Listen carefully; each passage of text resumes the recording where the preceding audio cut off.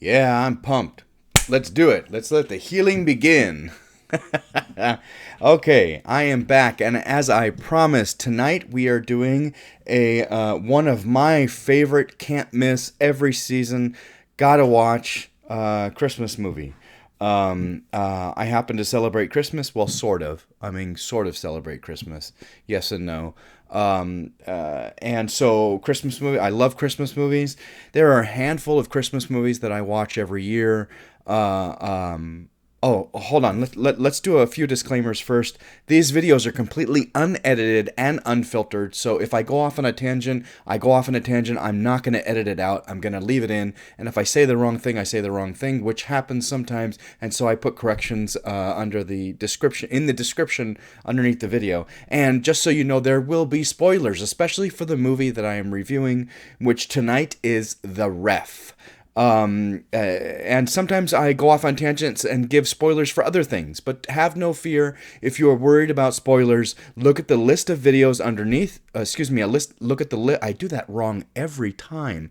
Look at the list of movies underneath this video that I talk about. I will have a header that says spoilers, and as many times as I say that, I still say it wrong every single time. I will have a header that says spoilers so you can avoid spoilers on certain movies. Like I was starting to say, there's a handful of Christmas movies I watch every year. Like have to watch every year. Christmas Eve, my tradition is Scrooged, ED, with Bill Murray.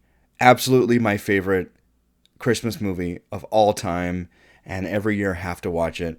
But there are other ones that every year I make sure I watch. National Lampoon's Christmas Vacation, um, um, Jingle All the Way. There are certain ones. This one, The Ref, absolutely. And a few years ago, I added another one to my list, which I really want to review, but might not happen until after Christmas, unfortunately. Um, Better Watch Out. Oh my God! When I first saw that, it blew my mind, and I'm like, now from forever, I have to watch that every single Christmas season because it's fantastic. Why Him is amazing. It's hilarious. I add that to my Christmas list. And like I said in my review of Die Hard, I always start my Christmas movie season with Die Hard. And sometimes Lethal Weapon, Die Hard, and then Lethal Weapon, which are both Christmas movies, in my opinion. The original Boris Karloff, Dr. Seuss's How the Grinch Stole Christmas, and Rudolph the Red-Nosed Reindeer. There's just a handful of movies that every year I watch. I'm not going to review them all because I know plenty of people have seen them, and there are plenty of reviews and people talking about them. National Lampoons. Everybody's seen that. Home Alone was never my go-to. Every once in a while I watch it. I was never a huge fan of it like most people. I do like it. The same thing with A Christmas Story. Not a huge fan. I do like it. I have seen it a handful of times. But those are not movies that I'm going to review because too many people have talked about them. What I want to review are a couple of movies that people either have never even heard of or very few people have heard of, like tonight, The Ref. So the year released is 1994. Running time is an hour and 37 minutes. Genre is, they say, IMDb says comedy, crime, drama. I'm surprised that they don't have like a holiday with all the genres they have. They don't have like a holiday or a Christmas genre. I'm surprised about that. Rated R. This is not for kids, people. This is not for kids. Like, the lead is Dennis Leary. Dennis Leary Unchained, I like to say. So this is not for kids. So don't watch this with your kids. Okay, starring, and I already said a few people that are starring. So starring Dennis Leary, Kevin Spacey. I don't care what you think about him personally. The same thing with Michael Jackson. I don't care what your opinion of him might be personally, from what you heard from the news and what you heard from blah, blah, blah, blah, blah. I don't care. What I care about is their talent is undeniable. Kevin Spacey's talent is undeniable as an actor. Michael Jackson's talent as a musician, as an artist, as a performer is undeniable. So I give credit where credit is due. Kevin Spacey is fantastic in this movie. Judy Davis, Richard Bright, Robert J. Steinmeier Jr., Christine Christine Baranski in this movie. Oh my God. Adam LaFarve? I hope I say that right. LaFarve. Adam LaFarve, Raymond J. Barry, and Glynis. I hope I said that right. Glynis Johns. She's fantastic in this movie, like fucking amazing. And if you might remember her from Mary Poppins, that's the only other movie that I know her from. Like when I was watching, the first time I was watching this movie, I go, I know her from somewhere. It took me a while, and I was like, Mary Poppins. Ah, okay. And J.K. Simmons, if you didn't realize, he has a small part in this. J.K. Simmons, directed by Ted Dem. I don't know if you pronounce that Dem or Demi, or Demi. Demme. It's the same thing with Jonathan. Jonathan Dem. Do you pronounce it Jonathan Dem or do you pronounce it Jonathan Demi? I don't know. Produced by, and I'm sorry if I pronounce it wrong. That's why I try to do it both ways. Dem or Demi. Like it's not written like Demi Moore. Demi. I don't know. I'm sorry if I'm pronouncing it wrong. Produced by Ron Bozeman, Richard LaGravenese.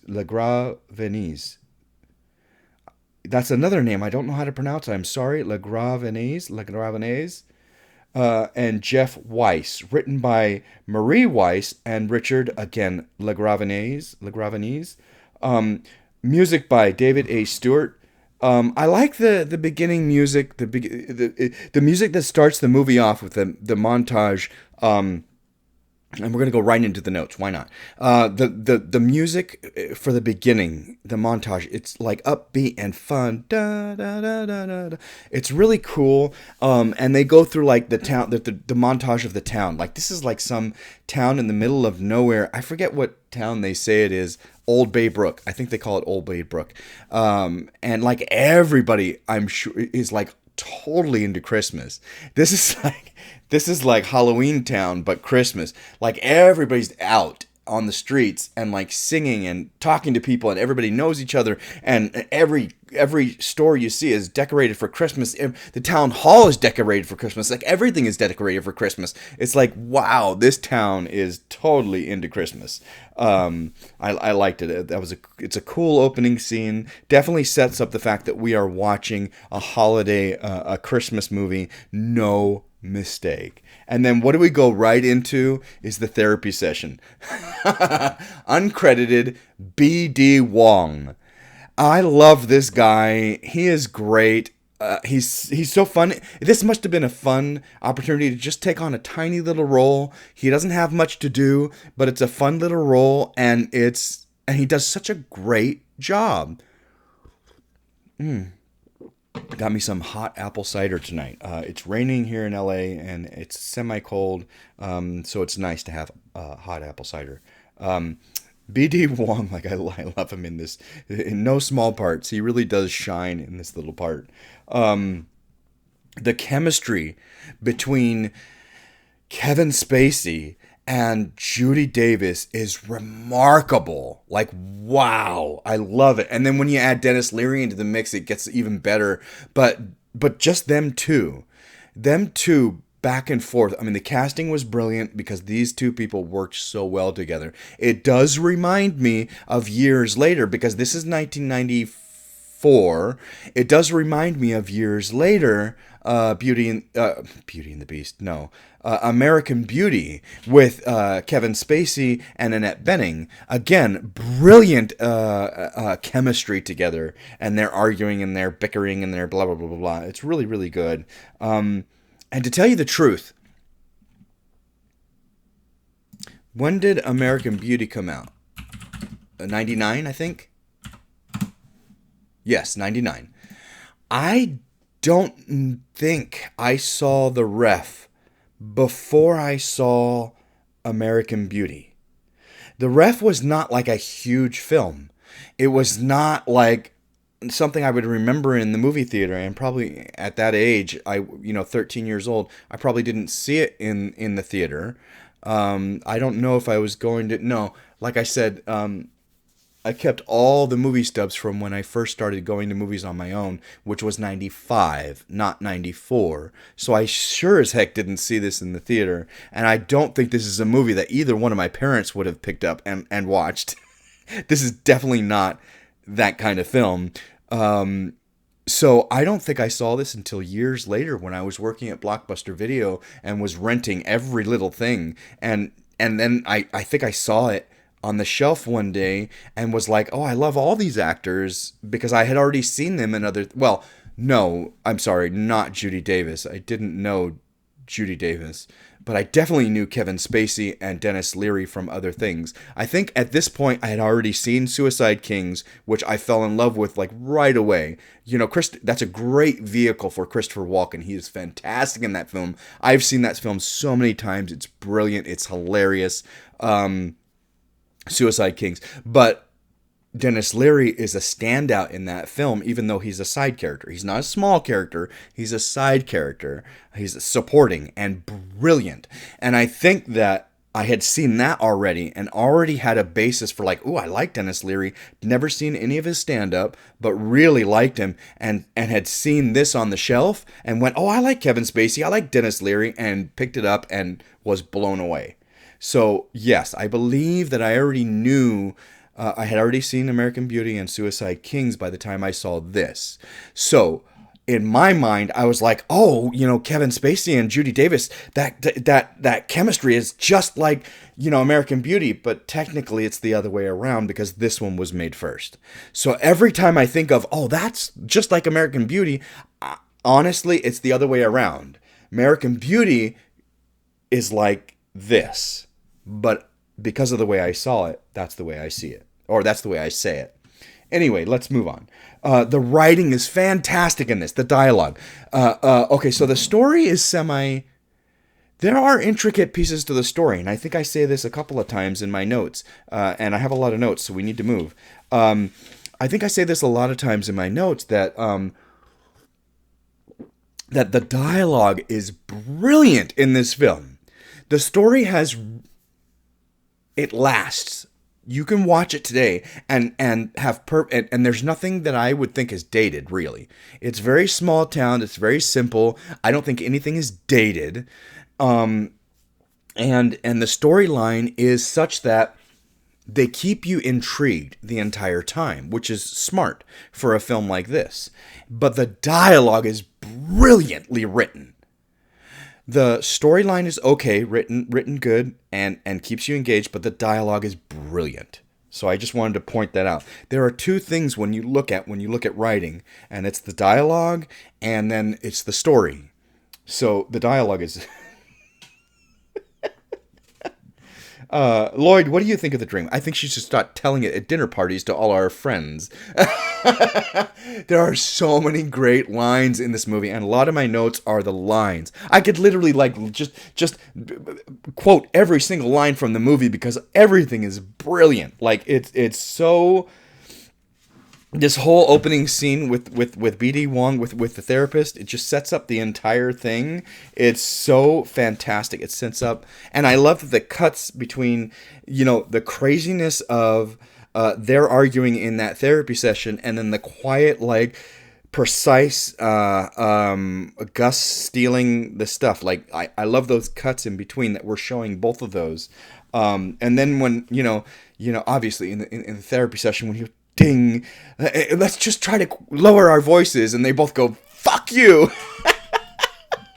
Like, it's the chemistry is wonderful, the dialogue is brilliant, and it really makes for a fantastic, fun film.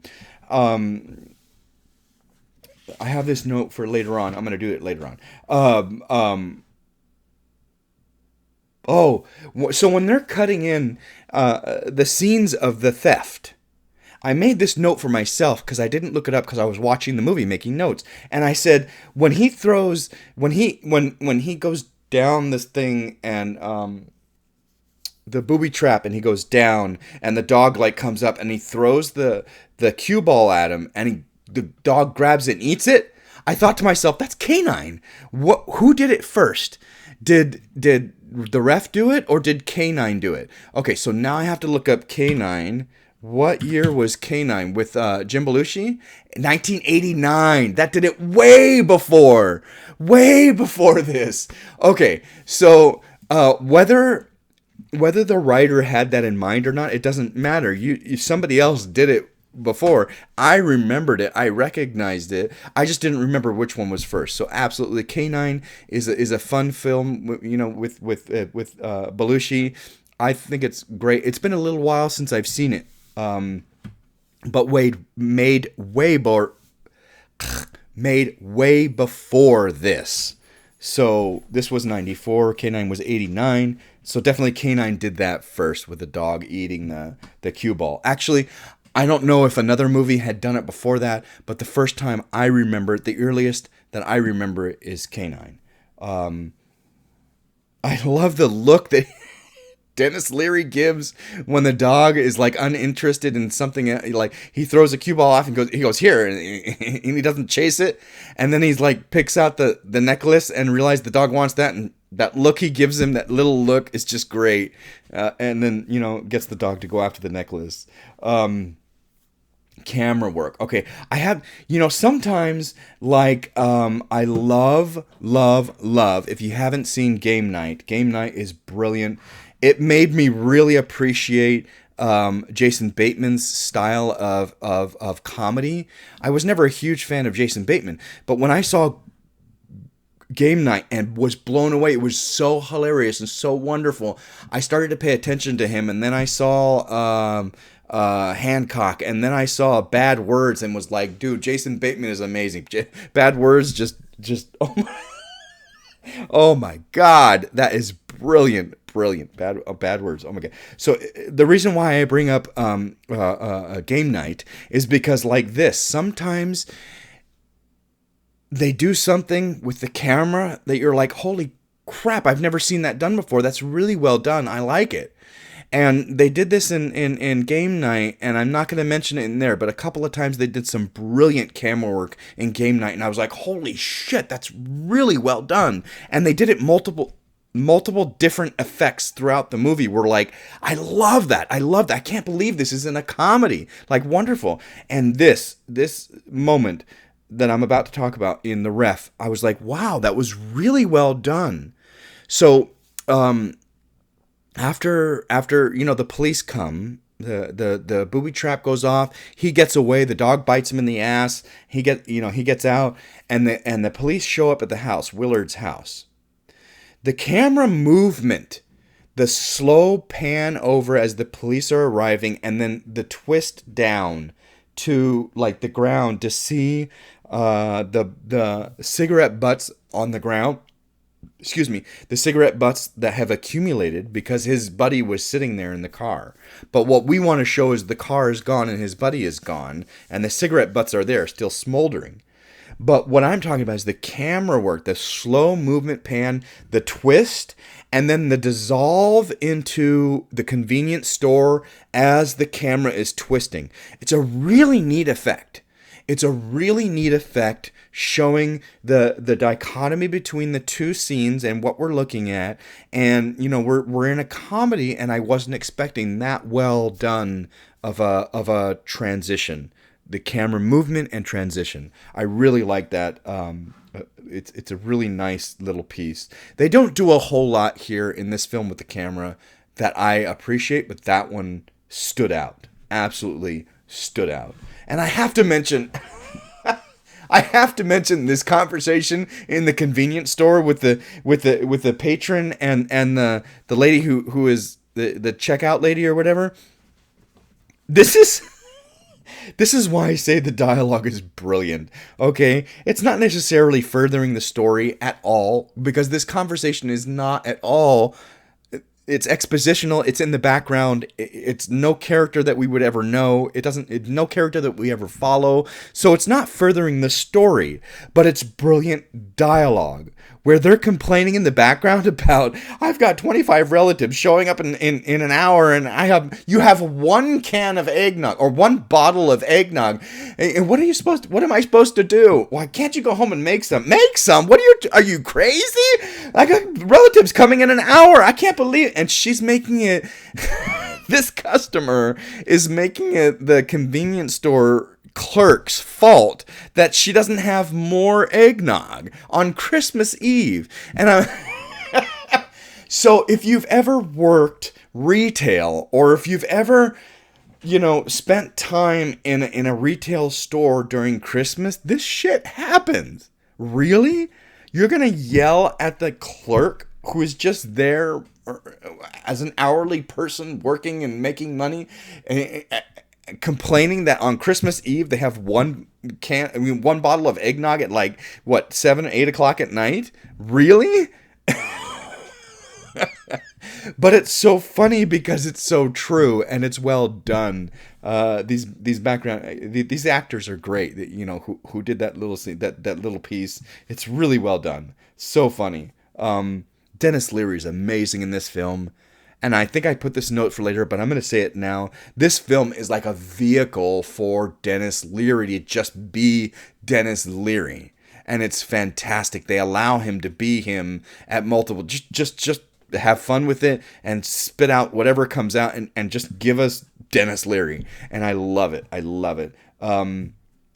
At times, like I mentioned before, Suicide Kings is like that, but he has this much smaller role in Suicide Kings. This is like a major, he's the main character. Him, Kevin Spacey, and Judy Davis are like the main characters. So he has a much larger part in this than Suicide Kings. But Suicide Kings is just as brilliant, just as wonderfully Denis Leary. Different character. Definitely a completely different character, but still a great vehicle for Denis Leary. Oh my god! When he runs the stop sign, it's so brilliant. And now we get who? Oh my! Great! I hijacked my fucking parents.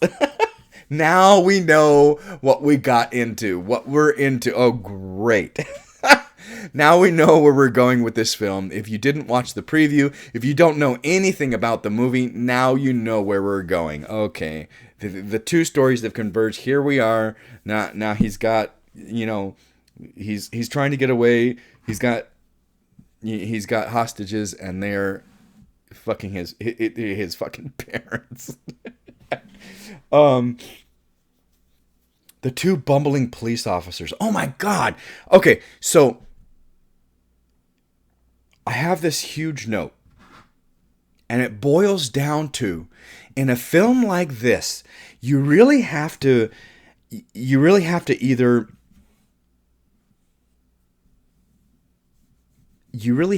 depend on star power, which, you have Denis Leary, you have Kevin Spacey, and at the time they were both tops. They both had a pretty good following.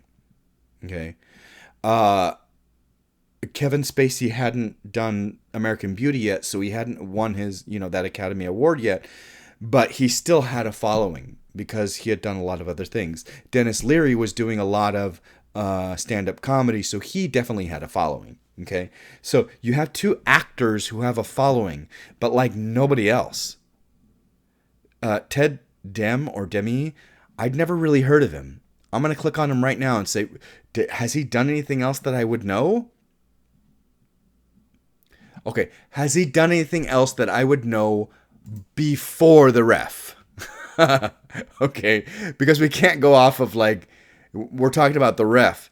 So he didn't do anything. That he did a short and a handful of music videos. So nobody's following Ted Demme at that time. So you're relying on star power. In a film like this, you have to rely on something. It's not a sequel. It's not part of a bigger series. You're relying on, you've got to make sure that people are captivated by your film. How do you do that? You have wonderful characters. You have great dialogue. And part of it is you got to make sure that it lasts the ages and the characters last the ages, and either we can identify or we get it. And so even side characters like these two police officers, these bumbling police officers, have to have a great backstory, have to have a great character in order to for us to be like, I get every single character in this field. There's no throwaway. There's no throwaway. The only throwaways are the people that walk by the camera, and then we don't really care about them because they literally just walk by the camera. But everybody else has such a distinct character and so well developed that even though they have 4 or 5 lines or less, they're still well developed, and that's what makes this movie great and last the ages. It's not like National Lampoon's Christmas Vacation that has the other National Lampoon's films behind it. It's not like Home Alone that has, John Hughes behind it. I get that Home Alone was a huge anomaly, but you have to get that John Hughes was a huge deal then. So he had a following, and Chris Columbus, well, actually, I don't know if Chris Columbus had a huge following at the time, but he does now. So this relied on story and character. Story and character, and the dialogue is written brilliant. And so that's why this movie lasts and is still fantastic to today, because it has these great characters that are developed very well, even though they're side characters or smaller characters. Jesse. Oh, I had such a crush on him. Oh my God. So another actor that I was like, at the time I was like, oh my God, he's so hot. When I watched this movie, Jesse. Anyway, I love that they alluded to the fact that Jesse was a criminal in the therapy session. And then here we are, we get that he actually is a criminal. He's like developing pictures, lewd pictures of Siskel, and he's blackmailing Siskel. I love that. There's J.K. Simmons. So I don't remember if it was this that I took notice of him, J.K. Simmons, or if it was the Jackal, because the Jackal again was I love the Jackal. I've seen it so many times. I own it. The Jackal. Why is it not coming up? 1997, Bruce Willis, Richard Gere, fantastic movie. Oh my God, I love it. I've seen it, I don't know how many times, plenty of times. I really like it. I think it's really well done. J.K. Simmons is in that film, and that was made in 97. So if I had seen American Beauty, which was 99, before I saw The Ref, I definitely saw The Jackal before The Ref. I can guarantee that. So I'm assuming that it was the Jackal, and because J.K. Simmons had such it wasn't very impactful. It was okay. It was an okay role. He was kind of a jerk. Not a jerk, but a by the book. Witherspoon, you buy the book, asshole. He was by the book. I think it was this that I kind of started taking notice of him, even though he didn't have a lot to do. I was like, oh, I've seen him in something else, and now I'm seeing him in this, and I'm like, he's doing a good job. I like him. The whole point is I knew who J.K. Simmons was, or I knew the face and the actor before he did Spider-Man, which really blew him up. Holy shit, that he blew up in that one. So by the time, Whiplash came around, I was like, all about J.K. Simmons, and so glad that he had here's a character for him to really sink his teeth into, and so happy when he won the Academy Award for that. Anyway,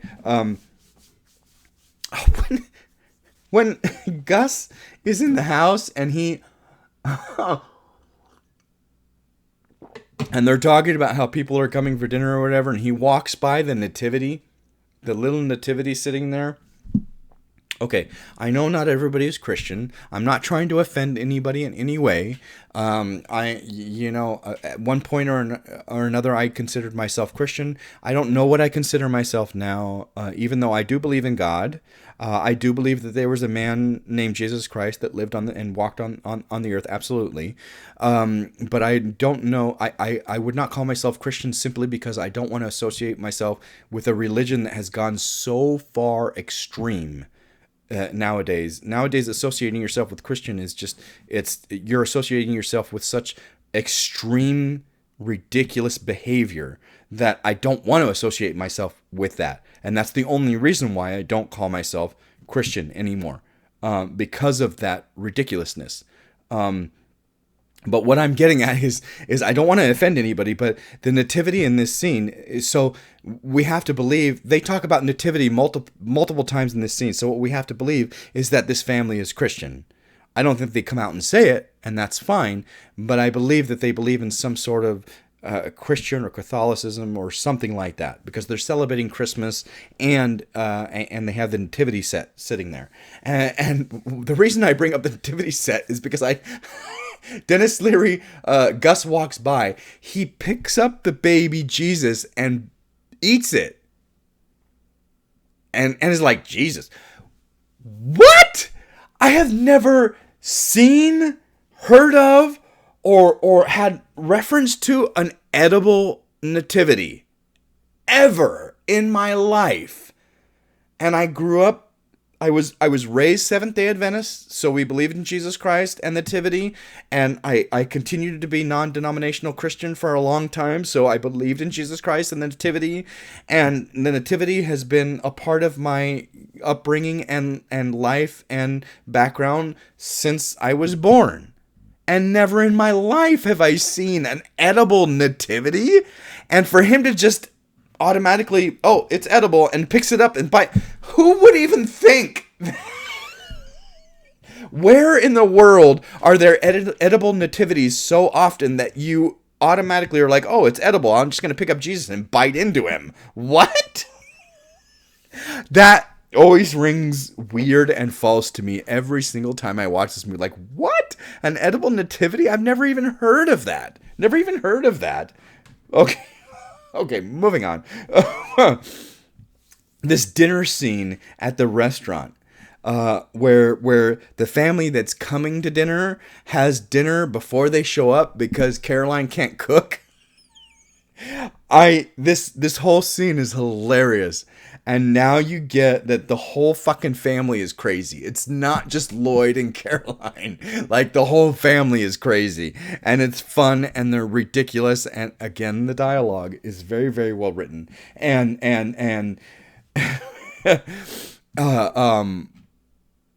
Christine Baranski is brilliant. Oh my God, I love her character. She sticks to this character so well. She does such a great job that she is just, don't make me nuts today. It's Christmas. You know, she is so brilliant. Like a lot of the lines that I remember from this movie are mainly, there are three people that most of the lines I remember from this movie are from three people: Dennis Leary, Kevin Spacey, and Christine Baranski. And they're all so well done. I love that scene, you know. You had diarrhea for a week, Dad? Like, just the whole scene. Caroline just quit smoking. I love that. Where are they, Caroline? Where are they, Caroline? That she just quit smoking. You know, you've got cigarettes somewhere. You don't just quit smoking and not have cigarettes. Absolutely. Let's see here. What's next?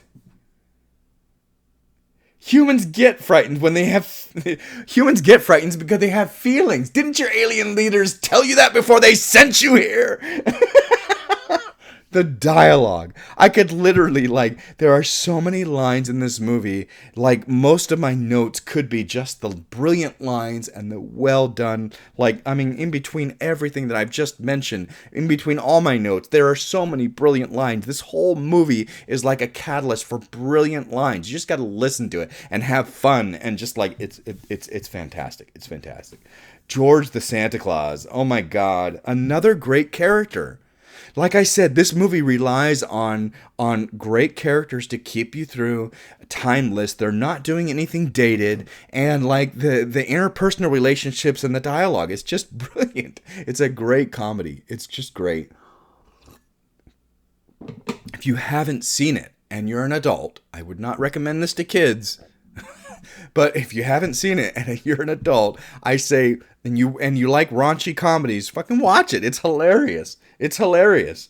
The fruitcake. Oh, I love fruitcake. And I hate that so many movies give it such a bad rap. It's not just movies, it's everything. You know, everybody gives it such a bad rap, but I love good fruitcake. This year, unfortunately, like, it's almost Christmas. What is it? The 19th, the 20th. It's 5 minutes past midnight. So it's the 20th. And I haven't found a good fruitcake this year, darn it. And I always like to find a fruitcake because I do like fruitcake. I don't like the like when it has too much candy in it, like the candied fruit, like it has a ton of candied fruit and all it is just paste and candy fruit. That's no good.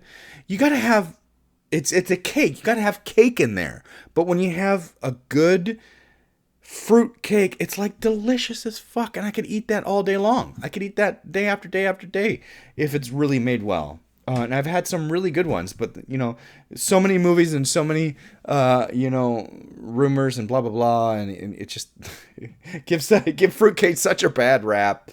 Anyway, the Chagall on the wall. I love that they stick. Like I said, these characters are really well done and well developed. So we want to stick with these well done characters throughout the entire film. And what I like is interjecting this little part where they're walking up the stairs and he noticed this Chagall on the wall. Why? Because it's worth money and he's a fucking thief. And he's about art and jewelry and antiquities and things like that. Absolutely. And here is the home of a man who runs an antique shop for his mother. His mother owns the antique shop. And so he's got to notice things in the house. I wish that he would notice more in the house, but it's okay that he only notices one because that's not what we're focused on. It's fine. But I like that they at least get him to notice one thing that's like, whoa, most people wouldn't even know that painting on the wall is actually worth something and it's real. It's like authentic. This is not a reprint, and he can tell. This is a real. This is a real Chagall. You have something like this on your wall and you don't even fucking appreciate it. You know, I love it that he gets, because he would. His character would. Very well done. Very well done. And of course, I thought this was neat. I didn't make a note about it, but now that I'm thinking about it, I thought this was neat. That he ties them up in the bedroom so that they're disposed and they can't do anything. And then he roams the entire house. Why does he do this? I don't know. I'm sure he's not planning on stealing anything. But he roams the entire house. Does he do it just to get away from them? Does he do it just to pass the time? I don't know. But I love this scene where he ties them up and leaves them alone so they can have their conversation, whatever it is. And he gets to explore the house. And what does he find in Jesse's room? You know, when George the Santa came in, who's such a great character, he says, you know, let him know I'm waiting for a chess rematch. And then, you know, afterwards she says she hasn't played chess with him in forever. Anyway, he also says, we're still missing the Jesus from the lawn nativity from last year. You know, ask him where it is. You know, Caroline says he blames Jesse for everything that goes wrong. Blah blah blah blah blah. Well, Jesse is a criminal. It sucks that you get blamed for everything, but when you're a criminal, people look at you when bad things go wrong. And here we are. We show Gus exploring the house. He goes into Jesse's room, and what do we find in the chest? He did steal He has the Jesus from the Long Nativity right there in his chest. Oh my God.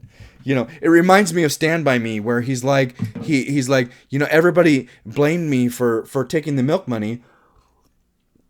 Nobody even asked me if I took the milk money. And then his buddy says, did you take it? And he goes, yeah, I took it. You knew I took it. Gordy asked him, did you take it? And he said, yeah, I took it. You knew I took it. Everybody knew I took it. But he tried to give it back. That's such an emotional. Anyway, I'll review that movie sometime because Stand By Me is brilliant. Anyway, it reminds me of that because it's like, you don't want to be looked at every single crime that happens, but then again, you are a criminal. You are doing these things, Anyway. Oh my God. Oh my God. The traffic stop, the police traffic stop. I love this because it's so hilarious, and I love this because it's so true. And again, Christine Baranski, the spirit of Christmas is either you're good or you're punished and you burn in hell. Who would catch a criminal and then let him go? And then her daughter says, Republicans? God. Oh my God. And the look she gets from Christine Baranski, her mother, and the look she gets from Glynis Johns, her the grandmother or whatever, Rose. Oh my God. But we laugh because it's funny, and we laugh because it's true. I'm not going to get... I don't want to get political here. I'm not going to get political here. Okay, moving on. Kevin Spacey. His breakdowns are fantastic. Like, he does such a great job at these breakdowns, and it's not just this movie. It's American Beauty. It's other movies. Had I seen this movie before I saw American Beauty, this is no shit. I'm going to say this right now. If I had seen The Ref before I had seen American Beauty, I would, 1, not have been nearly as blown away by his performance, and 2, had been iffy about whether he deserved the Academy Award, because these two characters are so similar. He didn't do anything really new. He did the same things he did in The Ref. They just went, oh my God, we love his character in The Ref. Let's put it in American Beauty. That's not his fault. That's what they wanted. But they're so similar. Anyway, his breakdowns in both movies are brilliant. He has great outbursts and great breakdown and moments. He does such a great job. I don't look in the mirror, and every time I look at it, gee, I'm glad I'm me and not some 19-year-old billionaire rock star with the body of an athlete and a 24-hour erection. Let's just excuse the shit out of me. He takes these lines, and I'm assuming that they're all written for him. I don't know how much maybe he ad-libbed. I don't know. But these lines are brilliantly written, and he just performs it so well. He does such a great job that it makes me laugh. It makes me love his character. It makes me identify with his character. It's great. Oh my God, the night keeps getting worse and worse, and then Jesse arrives, and great, what do we do with him? You know what this family needs? A mute. Should I shoot one of you in the foot? Would that get the point across? I have a gun. It's loaded. Shut up. Like, oh my God. So the night's getting worse and worse for Gus. Like, shit, what do I do now? The police watching. Oh my God. So after Jesse comes home and he ties all of them up and blah, blah, blah, blah. Okay, the police are at the police station watching It's a Wonderful Life. And then he says, I've never seen this movie all the way through. Don't you live in this country?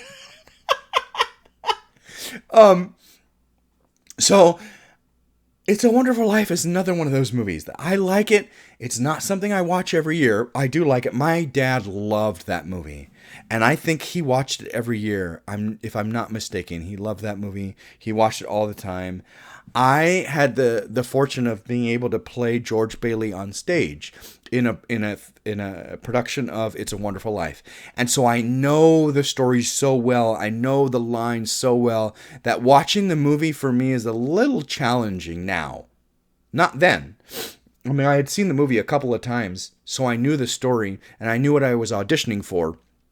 And I was surprised when I got George Bailey because I wasn't sure that that's what I wanted as far as when I auditioned. I didn't audition for a specific character. I auditioned for the show because I thought there was a couple of characters I probably could play, and never thinking George Bailey would be it.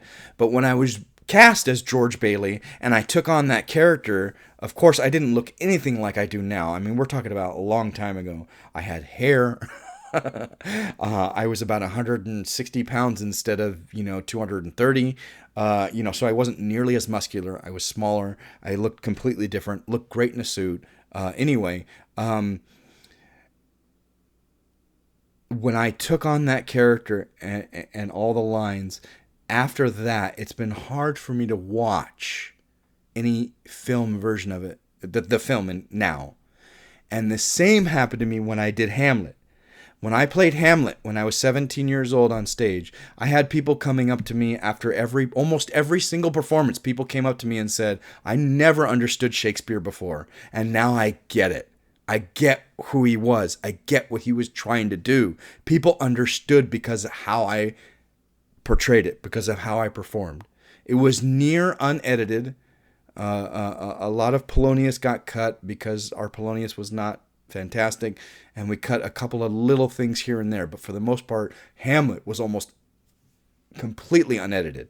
So I had to know that entire script. Anyway, much like when I did Hamlet, now every time I watch Hamlet, because of how I understand the character now, because I have played him over and over, performance after performance, a month of rehearsal and performance after performance after performance, because I know the character so well, it's really hard for me to watch it's really hard for me to watch any film version now. It's oh man, do you know what you're saying? Do you get what he's about in this scene? Anyway, I don't want to go off on too much of a tangent. So watching the police watch It's a Wonderful Life was funny. Why? Because these are bumbling police officers, and then how can you not know how to use a remote? Oh my God. And these guys just can't figure it out. Like I said, these are well-developed characters, and we got to stick with the character. Stick with it. You can't deviate from these characters. You made some great characters. And then they record over it, and I was like, what the fuck? Oh, Jesus. This is the perfect plot point. Perfect plot point for this film. Not just the dialogue is written really well. At this point, that's a really well done plot point. Like, great. And I just realized, I made this note. I just realized tonight that one of those police officers in that scene, he's the one that says, when they're like, should we watch it? Somebody says, should we watch it again? And he says, we should wait for Lieutenant Huff. That guy. I just realized tonight that actor, I don't know his name, but he's the same guy who plays, a gay love interest of James Woods. James Woods plays a character in The General's Daughter. And he's a gay character, and he has a gay lover in that film. And this guy in this film plays that. And I was like, holy crap, I recognized him tonight and went, oh, I never realized that's the same guy. That's the same actor. Oh, that's cool. And it's unfortunate I don't know his name. And it would probably take me forever to try to find him in this list of actors. I don't want to waste your time. We're already at 48 minutes, and I've got 20 pages of notes. I always say that, but it's not real. Oh my God! Anytime there are two brilliant times that Christine Baranski says, "Caroline." Oh my God, the way she says it, I can't say it. Brilliant. She says it so brilliant that it's like nails on a chalkboard. Caroline, or I don't know how she says it, but it's brilliant. And the two times she does it is when she calls on the phone right here. When she calls on the phone, Caroline, we got held up. We're a few minutes late. Oh my God, she's brilliant. She's brilliant. I could never do that character. Not nearly as well as she does it. She does such a great... Bryan Cranston once said, when you audition for something, you audition with the mindset that they are looking for me. They are looking for me to play this character. Okay? That's how you audition for a piece. If you don't get it and somebody else gets it, he does this great speech about how that was somebody else's wallet on the ground. You found it on the ground. It's somebody else's. It's not yours. Of course you would give it to who it is. It belongs to them. Okay? So he has a great way of looking at auditioning. They are looking for me, and losing and somebody else being cast. That was somebody else's wallet. Okay, brilliant way to look at it. Bryan Cranston, thank you so much for that. This just exemplifies that idea, because Christine Baranski does this so well. I couldn't even begin to get to a place where if they cast me as that character, let's just take female, male out of it. If they cast me as that character, I would never be able to do it nearly as well as Christine Baranski did. Like, she is just, oh my God, Caroline! Oh my God! Oh, and this is one of them when she calls her on the Caroline. We're gonna be a few minutes late. Oh my God! Like, it's just like oh God! Every time you hear it. Looks like there's going to be one more for dinner. So then he takes, Gus takes, because Caroline is almost there and the whole family is almost there. Gus takes Jesse and decides he can handle watching Lloyd and Caroline. They have to be there. It's their house. We can explain how Jesse's not there. So he can't watch all three of them. It's just impossible. So he ties up Jesse. But what I love is we take ourselves out of this ridiculous comedy and we have this wonderful moment, this wonderful dramatic piece between Gus and Jesse. Dennis Leary and, I'm going to say his name again because I thought he was so hot at the time, Robert J. Steinmiller, Robert J. Steinmiller Jr. So Dennis Leary, Robert J. Steinmiller Jr., this brilliant, wonderful scene. And whatever happened to him? He does such a great, Robert J. Steinmiller Jr. Steinmiller. I don't know why I can't say Steinmiller. Robert J. Steinmiller Jr. does such a great job in this film. Whatever happened to him? I don't think I've ever seen him in anything. I'm going to click on him. What else did he do?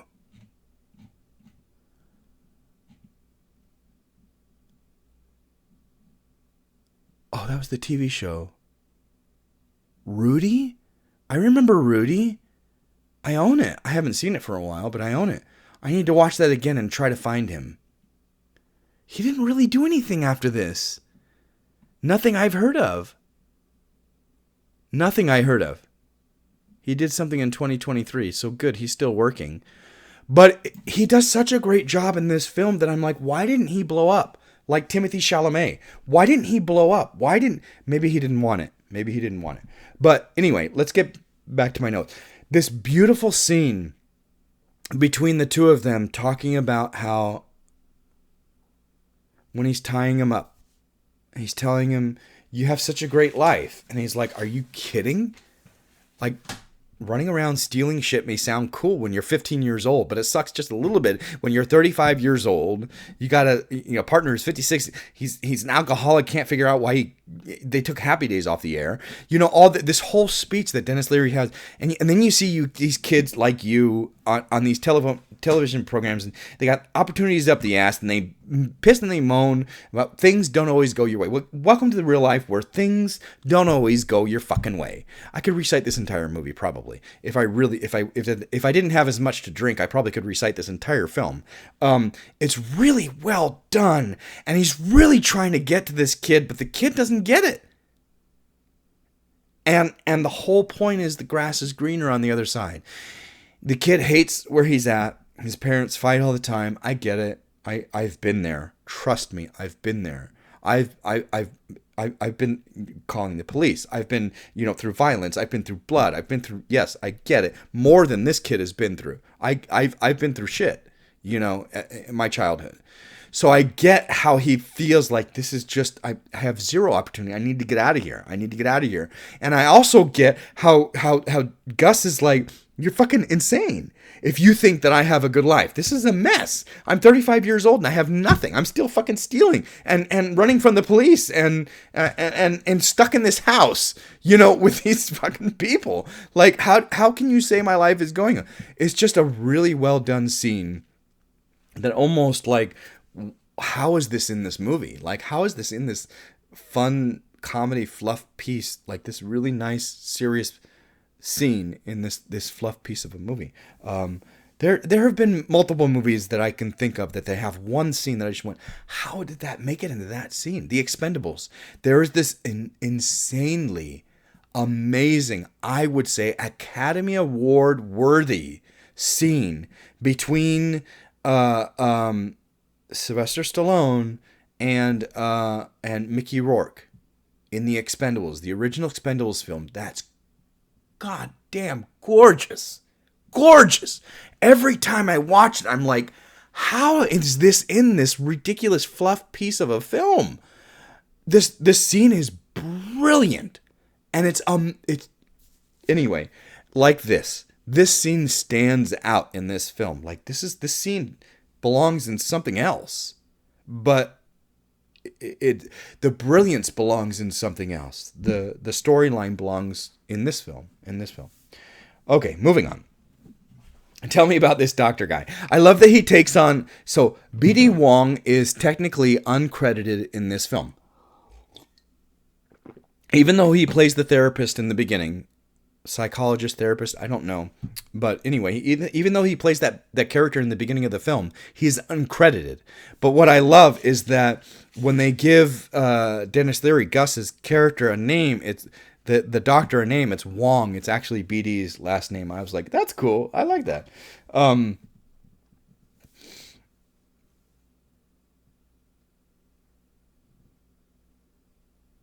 Oh, the timing. The timing of this piece. I'm going to skip some notes because we're already at 56. I'm going to skip a couple notes. But the timing, the brilliant timing. When Gus tries to call and the police officer, and then he hangs up, and then she picks it up the next time he calls and says, how are you? Who gives a rat's ass how I'm feeling? Where's Gussie? I'll get him. She puts it down, and then the police start talking, and he freaks out and hangs up again. And then she's like, he sounded upset. And Gus said, he should be. He's going to die a horrible fucking death. And then what do you hear? Caroline!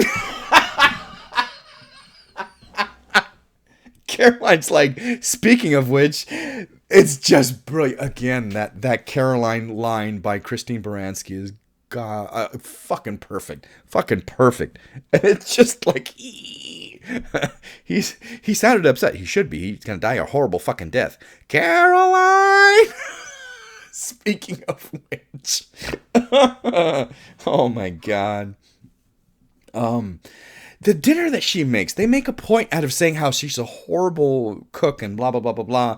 And he asked Mother Rose or whatever to help with dinner and blah, blah. When they do that scene, that pan, and she's talking about what they're about to eat, it looks so like, my stomach rumbles. I'm like, that looks so good. I want to eat it. Like, that looks so good. I wonder what it tastes like. I love that now we got to have Gus pretending like a doctor. And the stupid Oprah line that he said. The Oprah line he said. I heard something very similar on Oprah. And his look that he gives her like, oh. I love that, here again, a plot point. Very, very well done. I like it. The dinner scene is so well balanced.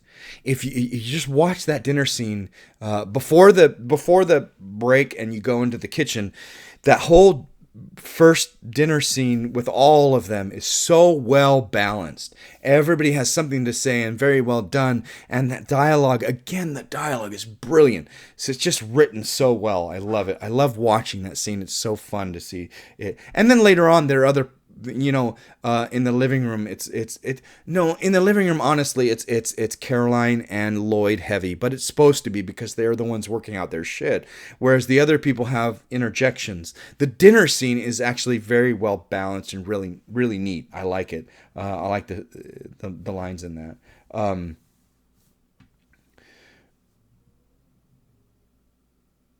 The drunk, the drunk George as Santa. Well, maybe Santa won't come back next year. Maybe he and the Easter Bunny will take a fucking cruise to Jamaica and you can eat your own lousy goddamn cooking. I'd like to see that movie. Like fucking Santa Claus and Easter Bunny say fuck it and like go to Jamaica. That character is... They're setting something up. I get. Now that I've seen the movie enough times, they're setting something up. And if you're watching this movie for the first time, you're like, why are we putting this in this movie? Like, it's just exposition. It's just stupid. No, we're setting something up. We're absolutely, yes. We're getting somewhere with this George as Santa character. Again, so some of the brilliant lines, dialogue-wise, is Gus, Kevin Spacey. You're going to be somebody's patient if you don't get your ass back into that chair. I swear, if you hit that kid one more time, I'm going to shove that pig's head right up your ass. So, a lot of the great lines are Denis Leary. And here's the movie that just allows Denis Leary to just be Denis Leary. And that's what we want. And it's fantastic. We're going to open the presents now, not later. Now. Why? Because we're adults and we can open the presents whenever we want. He's brilliant. He's brilliant in this movie. I love it. If you love Denis Leary, you are going to love this movie. And even if you don't love Denis Leary, you probably will love this movie. It's great. Mother's portrait over the fireplace. What a fucking narcissist. What a disgusting narcissist. You can't see past your own... Like, why is my portrait not above the fireplace? Oh my God. Caroline is leaving me. We're getting a divorce. That look, speaking of, like, just a nasty person. Just a nasty person. That slight look, that slight smile and look of, ooh, oh, good. Hope in Mother Rose's eyes when he says they're getting divorced. Like, what a nasty woman. I love that Caroline, drunk. I mean, she's sobering up, yes, but she's drunk. Is the catalyst to the whole family standing up to Mother Rose, which is something that is a long time coming. Brilliant plot-wise, story plot-wise. That here we are, we have Caroline, the outsider, drunk. Not only the outsider, but she's drunk. And she's the catalyst for everybody starting to stand up to Mother Rose. I love it. I love it. And that scene when Lloyd beats the shit out of the Christmas tree. Excuse me, excuse me, excuse me. The corpse still has the floor. How is that not the scene in American Beauty when he, passed somebody passed the fucking asparagus and then he picks it up and then eventually throws it into the wall. It's the same thing. So like I said, if I would have seen this before I had seen American Beauty and known this film well enough and then seen American Beauty, I'd be like, you did a lot of things that are like the same as the ref. Like, how can I really support a Best Actor nomination when you did all the same things as you did in something else? You're just doing the same character. Anyway, moving on. Best line of the fucking movie. Okay. Best line of the movie. When I think of this movie, this is the line I think of. Mother. Mom, you know what I'm going to give you next Christmas? A big wooden cross. So that every time you feel unappreciated for all the sacrifices you've made, you can climb on up and nail yourself to it. Oh my God. Who wrote that line?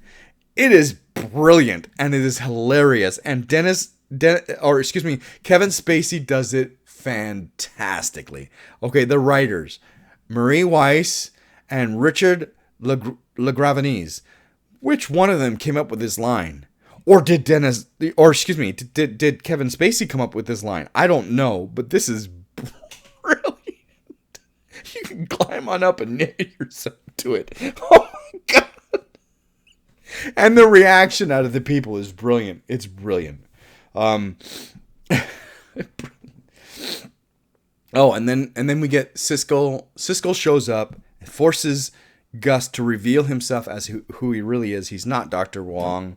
And he's like, I'll shoot her. And they're like, go ahead.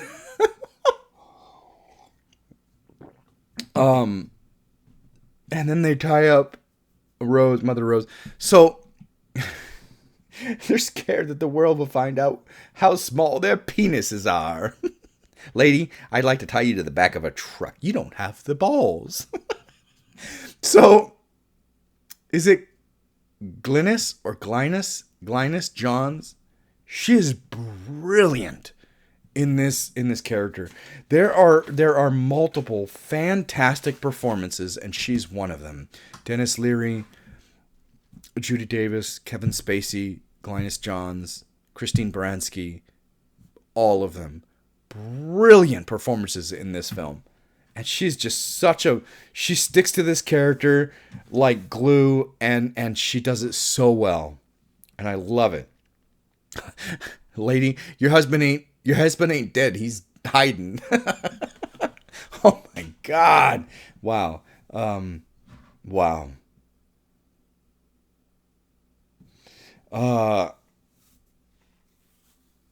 And Jesse has the money. It's like, great. Now he has the money. Now what do we do? I like when he's like, I'll give you a cut. And I'm like, tonight I was like, give you a cut? What do you mean? He's got the gun. He can just take it all. If he wanted, if he wanted, he'd just take all of it. Give you a cut. Take you with me. What am I, the circus? Oh my God. Another one I love. When George's Santa Claus shows up. You're the guy. You're him. And then he just... Great. I just beat up Santa Claus. Every time I don't care how many times I've seen this. That gets me every time. I laugh so hard when, great, I just beat up Santa Claus. But he's like, ah! And then he punches him, ah! I just beat up Santa Claus. That really gets me every single time I watch this movie. It's so great. It's so great. Oh, here's another great camera work. Okay, so in this film, like I said, there's not a whole lot of great camera work. Like I said about, Game Night. Game Night had some really brilliant camera work throughout the film. This doesn't have it throughout the film, but there are 2 points that really made me go, whoa! And I already talked about one with the cigarette butts and the transition to the convenience store. This is another one that I love. When the police show up, before they've come in, the police show up, and Jesse and Caroline and Gus are arguing about what to do with Gus. We can hide him in the mudroom. We can the trapdoor in the mudroom. We can just act like he's Dr. Wong. We can do all these things. And he's like, no, you can't. And they're arguing and arguing and arguing, and the camera keeps going back.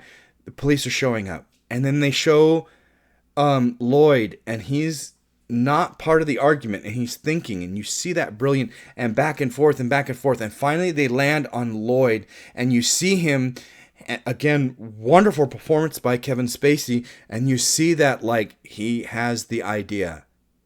You see the process working. We can't give him over to the police. What do? All their ideas are shit, but then he boom, the mudroom or the path through the woods. Boom.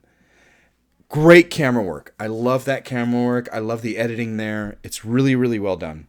Really well done. The path through the woods. Jesse, take him through the path through the woods. Yeah, great. I love that. brilliant idea to have. Where did we start this film? With Lloyd and Caroline arguing in front of the therapist. So it's great to have, like, how do we deflect the police? Lloyd and Caroline arguing. I love that. Do you want us to come down to give our statements? No. We're fine. We're okay. He went to. I distinctly remember him saying Acapulco. Nobody goes to Acapulco. Nobody in their right mind goes to Acapulco. He wasn't in his right mind. Like that. It's great. They're like, no. We're good. We'll go. You're okay. I gave this note earlier, but it's the same thing. This is a great vehicle for Denis Leary and his comedy. And so how do we end the film? What are the last lines of the film? Is just Denis Leary being Denis Leary. You have presents? You want to know what your present is? I got you a big fucking cannon. When we get back, I'm going to put you in it. I'll put 2 guns of gunpowder in it. I'm going to shoot you the fucking moon. Great movie. This movie makes me laugh so hard. I love Christmas movies that make me laugh. And this is one of them. Absolutely.